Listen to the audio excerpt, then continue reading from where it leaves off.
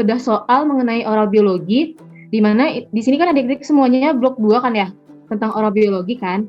Nah, di sini Kakak akan memberikan beberapa soal kepada adik-adik. Contoh soal mengenai oral biologi, itu khususnya pada modul pertama dan modul kedua di blok 2, yaitu mengenai struktur dan fungsi gigi, histologi gigi, morfologi gigi, serta fase-fase pertumbuhan gigi. Nah, mungkin kita langsung mulai aja pada soal yang pertama. Nah, di sini nanti Kakak akan memberikan soal dan memberikan pembahasan kepada adik-adik. Nah, kepada adik-adik yang ingin mencatat pembahasan yang Kakak berikan, itu diperbolehkan. Nah, kita masuk ya kepada soal yang pertama. Di sini soalnya mengenai jaringan pendukung gigi, salah satunya itu gingiva. Nah, bagian gingiva yang mengelilingi gigi membentuk dinding sulcus gingiva dan berupa jaringan mobile disebut. Yang A, itu ada mucogingival junction. Yang B, ada free gingiva. Yang C, attached gingiva. Yang D, gingiva sulcus. Dan yang E adalah margin gingiva. Nah, di sini sebenarnya itu gampang dari soalnya, di mana clue yang diberikan oleh soal itu dia berupa jaringan yang mobile. Mungkin sudah mempelajari mengenai struktur jaringan pendukung gigi. Nah, ini adalah gambaran dari si gingiva. Nah, ternyata kita itu dia tidak hanya terdiri atas satu lapisan, ternyata dia terdiri atas beberapa lapisan. Itu ada yang dinamakan dengan margin gingiva. Nah, yang ini disebut dengan margin gingiva atau tepi gingiva. Di bawah dari margin gingiva itu dinamakan dengan free gingiva. Nah, dari namanya itu kan free, berarti dia bebas kan? Berarti dia berupa jaringan yang bebas atau jaringan yang mobile. Nah, yang ini. Dari ujung sini sampai ke bawah, ujung yang di sini sebelum lekukan ini, itu dinamakan dengan free gingiva. Nah, free gingiva yang menghadap ke gigi, seperti yang adik-adik lihat, dia membentuk suatu sulcus atau suatu cekungan yang disebut juga dengan gingiva sulcus. Nah, di bawah dari free gingiva ini, itu dinamakan dengan attached gingiva. Mungkin adik-adik juga tahu, attached gingiva itu merupakan jaringan gingiva. Kata-kata stippling, nah stippling itu dia berada pada attached gingiva ini. Nah, di bawah dari attached gingiva, itu ada mukosa yang melapisi tulang alveolar, dinamakan dengan alveolar mukosa. Nah, di antara free gingiva sama attached gingiva, bagian yang cekung ini dinamakan dengan free gingival groove. Sedangkan antara attached gingiva dan alveolar mucosa dinamakan dengan mucogingival junction atau hubungan antara si mucosa dengan si gingiva tadi. Nah, jadi berdasarkan soal, itu yang merupakan bagian gingiva yang membentuk dinding sulcus dan berupa jaringan mobile itu dinamakan dengan free gingiva. Jadi jawabannya adalah yang B. Kita lanjut ke soal yang nomor 2. Ini berupa skenario. Seorang pasien, dia datang ke dokter gigi mengeluhkan gusinya berdarah dan berwarna lebih merah dari biasanya.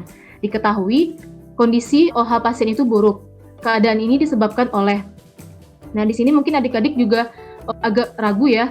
Oh, apa sih maksud soalnya Kak? Gusinya berdarah, lebih merah, OH pasiennya buruk. Nah, di sini ada beberapa option yang diberikan. Kalau misalnya adik-adik ragu, di sini kita akan membahas satu persatu dari yang A. Yang pertama itu tingkat keratinisasi epiteliumnya berkurang. Nah, keratinisasi epitelium ini dia berhubungan dengan diferensiasi sel. Hal ini tidak berhubungan dengan OH pasien, melainkan dengan sel-sel yang ada pada epitel. Berarti yang A bukan merupakan jawaban dari soal. Yang B, pigmentasi yang berlebihan. Nah, adik-adik kan tahu pigmentasi itu adalah, pigmentasi berlebihan ini dia tidak berhubungan dengan OH pasien. Dia berhubungan dengan sel melanosit. Nah, kalaupun ada aktivasi dari pigmentasi pada gingiva, itu dia tidak menyebabkan gingiva berwarna lebih merah, namun menyebabkan gingiva berwarna lebih coklat atau lebih kehitaman. Berarti option yang B salah. Yang C, adanya invasi bakteri patogen periodontal yang memicu respon inflamasi sehingga terjadi vasodilatasi pembuluh darah, peningkatan aliran darah, perubahan permeabilitas vaskular. Mungkin di sini adik-adik juga kurang paham karena opsinya itu terlalu panjang. Nah, di sini Kakak akan jelaskan terlebih dahulu apa itu invasi bakteri patogen periodontal. Invasi bakteri patogen periodontal itu maksudnya bakteri periodontal itu dia masuk dalam jaringan periodontal sehingga menyebabkan munculnya inflamasi atau infeksi. Nah, kenapa bisa terjadi inflamasi? Nah, di sini pada pembahasan bisa adik-adik lihat, ketika kita makan suatu makanan, maka makanan yang menempel di gigi itu dinamakan juga dengan debris. Nah, si debris ini dia bisa hilang dengan cara berkumur-kumur. Namun, kalau misalnya adik-adik perhatikan bahwa pada zat makanan dan protein dari saliva itu mengandung zat, kalau misalnya mereka bergabung itu akan membentuk pelikel. dalam rongga mulut juga terdapat bakteri. Nah, di mana ketika si pelikel sama bakteri ini dia akan bergabung, maka dia akan membentuk suatu lapisan yang dinamakan juga dengan biofilm. Biofilm ini lapis tipis dari pelikel. Nah, biofilm ini lama-kelamaan akan membentuk si dental plaque. Nah, jika si dental plaque ini tidak dibersihkan dengan cara menyikat gigi, maka dia lama-kelamaan akan termineralisasi menjadi keras, sehingga muncullah yang namanya karang gigi, atau kalau di kedokteran gigi itu dinamakan juga dengan kalkulus. Nah, si kalkulus inilah yang nantinya akan mempengaruhi dari kondisi rongga mulut pasien atau OH pasien. Jika si kalkulus ini tidak dibersihkan, maka dia akan dapat menyebabkan invasi dari si bakteri pada jaringan periodontal. Nah, kalau misalnya adik-adik ketahui, di gingiva itu kan tadi kan yang Kak jelasin terdapat sulcus kan. Nah, di sulcus itulah masuknya si bakteri sehingga dia sampai ke jaringan periodontal gigi sehingga menyebabkan munculnya inflamasi. Nah, ciri-ciri dari inflamasi itu seperti ada kemerahan atau disebut juga dengan rubor, panas atau disebut juga dengan kalor, kemudian sakit atau dolor, bengkak, tumor, dan fungsionalisa atau fungsinya berkurang. Nah, apa hubungannya yang pembahasan ini dengan soal kita? Di sini dijelaskan bahwa OH pasiennya kan buruk. Nah, OH pasien buruk ini dia berhubungan dengan si kalkulus. Nah, si kalkulus ini karena dia sudah bergabung dengan bakteri, makanya dia dapat menyebabkan munculnya si inflamasi. Nah, respon dari inflamasi itu menyebabkan tubuh mengeluarkan antibodi sebagai bentuk pertahanan atau perlawanan terhadap si bakteri tadi. Nah, bentuk dari perlawanan tubuh adalah dengan vasodilatasi dari pembuluh darah, di mana banyaknya aliran darah menuju ke daerah gingiva atau jaringan yang terinflamasi tadi, serta terjadinya perubahan permeabilitas vaskular. Makanya, pada kondisi OH yang buruk, itu karena aliran darah meningkat karena proses antibodi atau pertahanan tubuh, sehingga dapat menyebabkan gusinya itu rentan berdarah dan berwarna lebih merah. Kemudian yang D, perubahan usia. Nah, kalau perubahan usia itu dia tidak berhubungan dengan kondisi OH pasien. Kalau misalnya seorang pasien yang lansia dia bisa merawat giginya dengan baik, maka OH-nya tidak buruk, OH-nya pasti baik. Nah, tapi perubahan usia ini, kalau berdasarkan beberapa jurnal, itu dijelaskan bahwa semakin meningkat usia seseorang, makin meningkat pula kasus dari infeksi dari jaringan periodontal atau periodontitis. Namun itu bukan hal yang mutlak dari mempengaruhi OH si pasien. Kemudian yang E, epitelium menipis. Epitelium menipis ini sama dengan yang A, dia tidak berhubungan dengan OH, melainkan berhubungan dengan diferensiasi sel. Nah, jadi dari soal yang nomor 2 ini, jawaban yang tepatnya adalah yang C. Nah, kita lanjut pertanyaan berikutnya. Berikut ini penjelasan yang tepat tentang enamel, kecuali. Berarti di sini diminta adalah pernyataan yang tidak benar mengenai enamel. Yang A, disusun oleh enamel rods yang dibungkus oleh matriks organik atau rod sheet. Yang B, tersusun oleh matriks anorganik 96% berupa fluor apatit. Yang C, 4%-nya tersusun atas matriks organik dan air, dan yang D bersifat transparan. Dan di sini kakak ingin bertanya dulu kepada teman-teman semua, apakah udah mengenal apa itu enamel, dentin, pulpa, serta jaringan pendukung gigi? Sudah, Kak. Sudah, Kak. Ada nggak sih yang tahu apa penjelasan yang tepat tentang enamel berikut ini kecuali? Ada nggak yang tahu jawabannya yang mana? A, B, C, atau D? D, Kak. D, Kak. D. Nah, tadi yang jawab yang kakak lihat Nurul Latifah. Nah, kenapa jawabannya B, Nurul? Karena menurut Nurul, dia tersusun oleh matriks anorganik 96%, tapi berupa hidroksi apatit, Kak. Nah, setuju semuanya? Setuju? Nah, benar ya. Kak. Nah, ini penjelasannya. Jadi, si enamel ini, dia merupakan lapisan yang melapisi dentin pada bagian mahkota. Jadi, enamel ini tidak akan adik-adik temukan pada bagian akar, namun dia ada pada bagian mahkota yang melapisi dari si dentin. Nah, dan juga si enamel ini dia merupakan struktur paling keras pada rongga mulut, bahkan pada tubuh manusia. Dia terdiri atas 96% anorganik. Jadi adik-adik jangan terbalik ya, yang paling banyak itu adalah matriks anorganik, sedangkan yang organiknya cuma 4%. Nah, yang anorganik ini dia berupa kristal hidroksi apatit. Kemudian dia tersusun atas enamel rods atau prisma email yang dibungkus oleh rod sheet, dan enamel ini dia bersifat transparan. Nah, di sini kan ada kata-kata fluor apatit. Nah, apa sih Kak fluor apatit? Jadi apabila misalnya seseorang itu dia terbebas dari karies atau sudah melakukan perawatan terhadap giginya yang karies.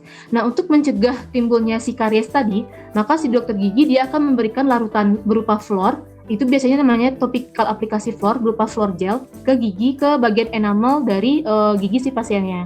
Nah, si fluor tadi dia akan membentuk fluor apatit, di mana fluor apatit ini dia lebih tahan asam dibandingkan dengan kristal hidroksiapatit. Nah, kalau kristal hidroksiapatit ini dia mampu menahan asam dengan pH 5,5. Sedangkan si fluor apatit ini dia bisa menahan asam dengan pH 4,5, 4,5. Namun pengaplikasiannya itu ada beberapa hal yang juga harus kita perhatikan. Nah, kita lanjut ke pertanyaan berikutnya. Nah, ini berhubungan dengan dentin. Dentin terbentuk setelah gigi erupsi dan menebal seiring pertambahan usia. Ini disebut juga dengan dentin A. Dentin primer, B. Dentin tersier, C. Reaksioner dentin, D. Sekundari dentin. Di sini apakah adik-adik sudah mengenal pembagi dentin tersebut? Sudah, Kak. Sudah, Kak. Nah, kalau udah jawabannya apa, Putri Jasmine?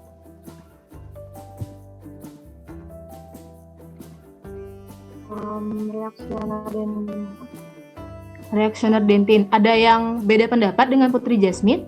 Tapi primary dentin, Kak. Primary dentin. Ada yang berbeda pendapat? Atau sama pendapatnya? Secondary dentin, Kak. Secondary dentin. Jadi, di sini jawabannya yang tepat adalah, mari kita lihat pembahasannya. Nah, di sini, jadi si dentin itu dia terdiri atas 3 pembagian secara garis besar. Ada dentin primer, dentin sekunder, dan dentin tersier. Nah, kalau di sini sih kakak membaginya cuma ke dalam 2 pembagian ya. Dentin itu dia ada 2. Yang pertama kali terbentuk sampai gigi erupsi sempurna. Itu dinamakan dengan dentin primer. Kemudian dari gigi erupsi sempurna sampai seumur hidup proses fisiologis itu dinamakan dengan dentin sekunder. Nah, di antara kedua proses tadi, kalau misalnya terjadi cedera pada dentin yang menyebabkan adanya pengaplikasian bahan pada si dentin sehingga membentuk lapisan dentin, itu dinamakan dengan dentin tersier. Jadi kalau misalnya adik-adik ragu, adik-adik cuma bisa membagi ke dalam 2 pembagian si dentin itu. Yang pertama kali terbentuk sampai gigi erupsi sempurna itu si primer. Dari erupsi sempurna sampai seumur hidup itu si sekunder. Nah, di antara kedua fase tadi, jika terjadi cedera atau keadaan patologis pada dentin, itu dinamakan dengan dentin tersier. Jadi, pertanyaan ini, dentin yang terbentuk setelah gigi erupsi dan menebal seiring pertambahan usia disebut dengan dentin sekunder. Jadi, tadi yang jawab dentin primer mungkin bisa diperbaiki ke dentin sekunder. Lanjut, soal berikutnya. Ini soal yang sama pembahasannya sama yang kakak sampaikan tadi. Pada proses pap capping, nah pap capping itu kalau misalnya adik-adik belum tahu, itu merupakan salah satu perawatan pada gigi yang karies, di mana itu kondisi akarnya atau giginya itu masih vital, namun kita melakukan perawatan dengan cara mengaplikasikan kalsium hidroksida, di mana nantinya kita mengharapkan terbentuknya selapis tipis dentin, dinamakan dengan dentin tersier. Nah, pada pengaplikasian kalsium hidroksida tadi, kan terbentuk dentin tersier tuh. Nah, dentin tersier itu adalah A. Dentin yang terbentuk sebelum erupsi, B. Dentin yang terbentuk setelah erupsi, C. Dentin yang terbentuk akibat reaksi terhadap stimulus patologis, D. Dentin yang menebal seiring pertambahan usia. Nah, dari pembahasan atau yang sudah kakak sampaikan tadi, ada yang tahu jawaban soal ini apa? C, Kak. C. Benar. Kalau yang A itu dentin apa? Kalau yang A? Dentin erupsi. primer. Yang B setelah erupsi? Secondary dentin, Kak. Dentin sekunder ya setelah erupsi. Kalau yang D seiring pertambahan usia? Sekunder Sekunder, juga. Kak. Bagus, benar. 100 nih besok nilainya nih. Lanjut, pertanyaan berikutnya. Berikut ini struktur mikroskopis pulpa kecuali. Nah, di sini pulpa itu ternyata terdiri atas beberapa struktur mikroskopis atau disebut juga dengan zona yang dapat kita lihat dari zona terluar ke zona terdalam. Nah, opsinya itu ada odontoblastic layer, cell-free zone, cell-rich zone, pulpal core, dan Toms granula layer. Nah, ini adalah pembahasannya. Jadi untuk memudahkan adik-adik mengingat mengenai mikroskopis pulpa dari zona terluar terdalam, di sini ada kata-kata off-rib. Itu merupakan zona-zona dari si mikroskopis pulpa. O itu odontoblastic layer, F itu free zone, cell free zone, yang RI itu atau RI ini adalah rich zone, dan yang P adalah pulpal core. Jadi kalau kita lihat dari zona terluar ke terdalam, si pulpa itu terdiri atas odontoblastic layer. Odontoblas itu adalah sel yang membentuk si dentin. Jadi odontoblastic layer itu membatasi antara si pulpa dengan si dentin. Kemudian sel free zone itu dia merupakan sel yang lebih sedikit daripada odontoblastic layer. Dia merupakan tempat terdapatnya nervus dan plexus kapiler, namun cuma sedikit. Kemudian rich zone, kalau rich zone ini vaskularisasinya itu lebih banyak daripada yang free zone. Kemudian pulpal core itu dia terletak di tengah dari kamar pulpa atau pulp chamber. Dia berisi banyak sel dan vaskularnya lebih banyak. Nah, kenapa sih Kak kita harus tahu mengenai mikroskopis pulpa? Karena nanti kan adik-adik juga belajar mengenai perawatan pada kedokteran gigi. Nah, salah satunya adalah perawatan yang melibatkan jaringan pulpa. Nah, kalau kita mengetahui kalau misalnya di pulpa itu ada zona-zona yang merupakan zona yang banyak vaskularnya, maka kita dapat berhati-hati dalam melakukan perawatan terhadap gigi yang sudah melibatkan jaringan pulpa. Nah, berdasarkan pemaparan ini, yang bukan merupakan struktur mikroskopis pulpa adalah yang Thom's granular layer. Ya, benar. Ada yang tahu Thom's granular layer itu apa? Nah, Thom's granular layer itu dia bukan merupakan bagian dari pulpa. Dia merupakan bagian dari dentin. Di mana Thom's granular layer ini dia merupakan selapis tipis dari dentin yang berbatasan dengan sementum. Lanjut, pertanyaan berikutnya. Sel mukosa yang berfungsi dalam respon imunologis yaitu A. melanosit, B. sel Langerhans atau dendritik, C. odontoblast, dan D. Merkel cell. Mungkin di sini Kakak langsung aja ke pembahasannya. Nah, sel mukosa itu ternyata terdiri atas beberapa sel. Yang pertama itu ada sel yang berfungsi sebagai pigmentasi atau pewarna, disebut juga dengan melanosit yang A. Kemudian ada sel yang berfungsi sebagai respon imunologis, disebut juga dengan sel Langerhans. Kemudian sel yang menghasilkan dentin, odontoblast. Kemudian sel yang berfungsi sebagai rangsangan taktil atau sentuhan, disebut juga dengan Merkel cell. Jadi berdasarkan soalnya, yang berfungsi dalam respon imunologis adalah yang B. Yang mana? B. Sel Langerhans atau dendritik. Lanjut, sel resorpsi yang terdapat di ligamen periodontal yaitu kecuali A. fibroklas, B. odontoklas, C. osteoklas, D. sementoklas. Nah, di sini udah pada tahu belum? Fibroklas apa, odontoklas apa, osteoklas apa, sementoklas apa? Kalau misalnya belum, kita masuk ke pembahasannya. Nah, di sini ligamen periodontal itu ternyata terdiri atas beberapa sel ya, teman-teman. Yang pertama itu ada sel resorpsi, ada sel sintesis, ada sel progenitor, sel defensif, dan sel epitelial.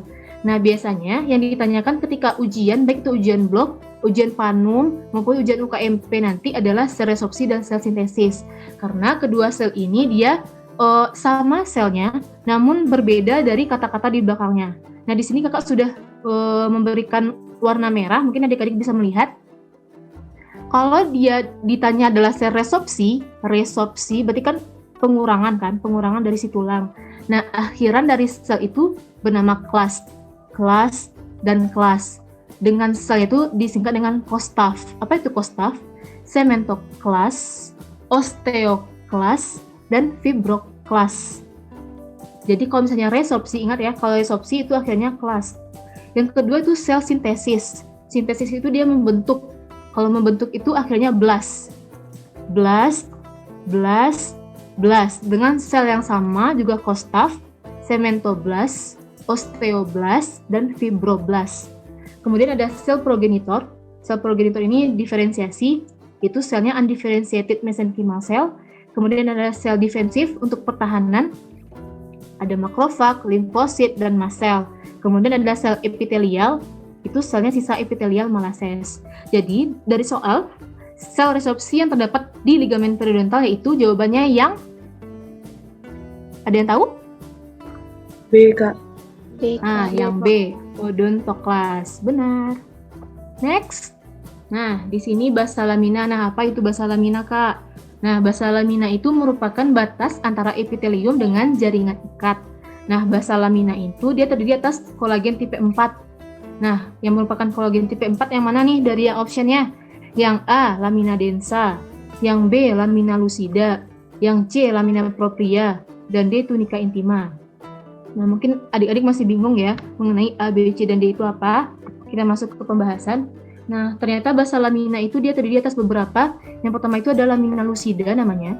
Lamina lucida ini dia terdiri atas glikoprotein laminin. Kemudian ada lamina densa. Nah, lamina densa ini terdiri atas kolagen tipe 4. Kemudian lamina propria. Lamina propria ini dia batas epitelium dengan jaringan ikat. Kemudian ada tunica intima, lapisan terdalam dari dinding pembuluh darah. Nah, kalau misalnya ditanya basa lamina yang merupakan kolagen tipe 4, jawabannya adalah yang A, lamina densa. Nah, ini sifatnya hafalan, jadi kalau misalnya adik-adik masih ragu, mungkin bisa dicatat atau di foto itunya, pembahasannya juga boleh. Next. Nah, ini yang tadi masih berhubungan dengan dentin. Secondary dentin akan terbentuk ketika, ada yang tahu jawabannya? Secondary dentin? Kayaknya D, Kak. D. Kak. D. Kayaknya D. Berarti masih ragu-ragu. Nah, kita ulas dari yang A. Gigi sebelum erupsi. Kalau sebelum erupsi dinamakan dengan dentin primar. Benar. Ketika terjadi karies, Tersier.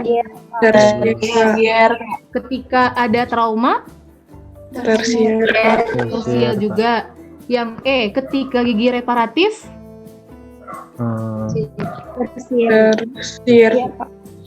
tersier juga. Benar. Berarti jawabannya adalah yang D, foramen apikal telah sempurna. Mungkin adik-adik bingung atau agak ragu yang D karena foramen apikal telah sempurna itu apa sih, Kak? Jadi, ketika gigi itu erupsi, yang menandakannya sudah erupsi sempurna suatu gigi adalah terbentuknya foramen apikal. Nah, foramen apikal kalau misalnya adik-adik tahu, kemarin kayaknya Kak Ovi juga udah menjelaskan, kan akar itu dia mengkerucut ke arah apex. Nah, ketika dia mengkerucut ke arah apex, kalau kita lihat secara mikroskopis atau dari ronsen, itu terdapat suatu foramen kecil di ujung apikal, itu dinamakan dengan foramen apikal, tempat masuknya si pembuluh darah dan saraf. Jadi kalau misalnya suatu gigi sudah terbentuk foramen apikal pada ujung akarnya, itu menandakan giginya sudah erupsi sempurna. Jadi secondary dentin akan terbentuk ketika gigi erupsi sempurna atau yang D, foramen apikal telah sempurna. Sama ya pembahasannya sama yang tadi. Kalau yang E, ketika gigi reparatif, itu merupakan suatu prosedur restoratif pada gigi yang ketika terjadi cedera, dia akan membentuk suatu dentin yang dinamakan dengan dentin tersier. Next. Selanjutnya, dentin merupakan penyusun terbesar terkeras kedua setelah enamel. Ketika injury, dentin akan membentuk dentin reparatif atau dentin tersier tadi. Dalam pembentukannya akan meninggalkan tanda yang disebut A. Retzius line, B. Perikymata, C. Enamel lamella, D. Lines of Owen. Ada yang tahu jawabannya di sini apa? Mungkin masih ragu ya, masih terminologi yang asing misalnya bagi adik-adik. Nah, di sini ada pembahasannya. Nah, ternyata dentin itu ketika injury akan membentuk dentin reparatif atau dentin tersier yang akan meninggalkan tanda yang disebut dengan lines of Owen. Jadi lines of Owen ini dia menunjukkan suatu pola mineralisasi yang fisiologis. Nah, di sini juga ada yang option yang A, itu ada Retzius line. Apa sih, Kak, Retzius line itu? Nah, Retzius line itu dia terdapat pada enamel. Dia terbentuk karena variasi dan proses mineralisasi. Kemudian juga ada perikymata. Perikymata itu merupakan perpanjangan dari incremental lines of Retzius ke permukaan eksternal. Kemudian ada enamel lamella. Enamel lamella itu pada enamel, dia sangat tipis, merentang dari permukaan enamel ke dentino-enamel junction atau pertautan antara dentin dan enamel, dan dia jarang meluas sampai ke dentin. Jadi kalau misalnya besok ketemu soal yang mengenai ini, pembentukan dari dentin reparatif itu meninggalkan tanda apa? Jawabannya adalah lines of Owen.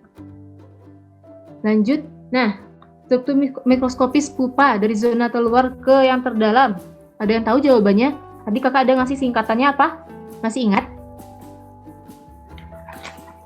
Zona-zona yang 4 tadi, apakah masih ada yang ingat?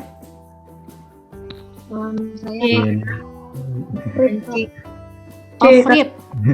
Yang C. Setuju semuanya yang C? Iya, Kak. Ya, benar, yang ofrit ya. Nah, next, lanjut. Selanjutnya, sel-sel mesenkim yang berada di sekeliling organ gigi dan papila gigi memadat dan fibros. Disebut kantong gigi yang akan menjadi sementum, membran periodontal dan tulang alveolar. Ini merupakan fase.